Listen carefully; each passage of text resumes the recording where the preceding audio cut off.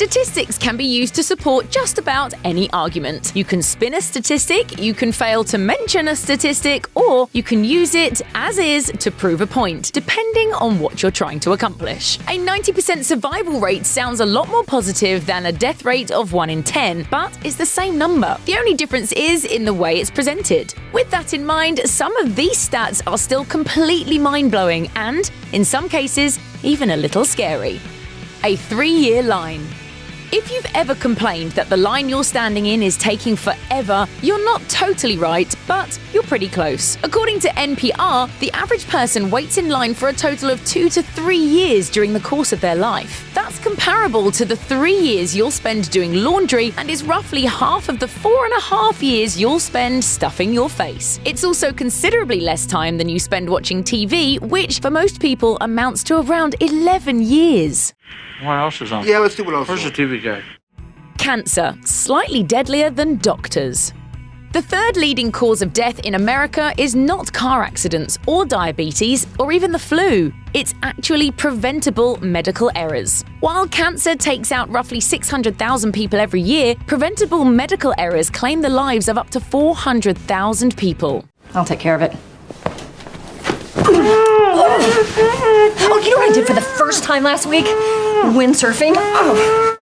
A study published in the Journal of Patient Safety puts the blame for this terrifying statistic squarely on the shoulders of America's inadequate medical system, where demand outpaces supply and patients are constantly moving from one provider to another in search of affordable care. According to the study, doctors and nurses who work in understaffed medical facilities suffer from fatigue and burnout and are therefore more likely to make dangerous or even deadly mistakes. These mistakes range from disease that might be passed on through contaminated medical equipment to a failure to give a patient the best care available for his or her specific medical condition. That's not to say you should avoid seeking medical care. Hospitals still save many more people than they accidentally kill, but it does make a pretty good argument in favor of being your own health advocate. You might want to get a second opinion from another doctor if you have the time and ability, and you shouldn't just consult Dr. Google. I'm hot. Now it's really hot in here. Okay, well, that's your fever.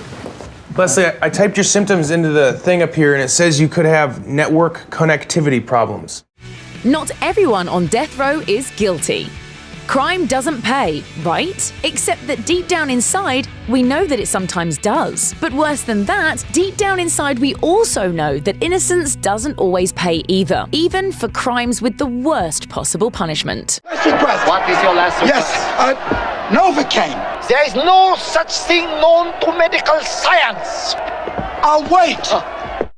A 2014 study estimated that roughly 4% of the people who are on death row in the United States are likely innocent, and researchers think that that's a conservative estimate. According to the Michigan Innocence Clinic, wrongful convictions might occur because of poor identifications, bad lawyering, junk science, or even police or prosecutorial misconduct, where investigators may use unethical practices to ensure a conviction, even if there isn't much evidence to support the guilt of a defendant. And while 4% sounds small, it actually translates to 121 people out of 3,035 inmates on death row in 2014. To put that into perspective, imagine a medium-sized movie theater auditorium, which holds about 200 people on average. Then imagine that nearly 3/4 of them just disappeared, and not even because they were talking during the movie or anything.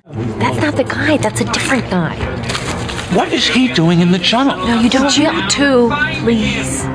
Everybody out of the tunnel! Everybody out! Statistics are fun, huh?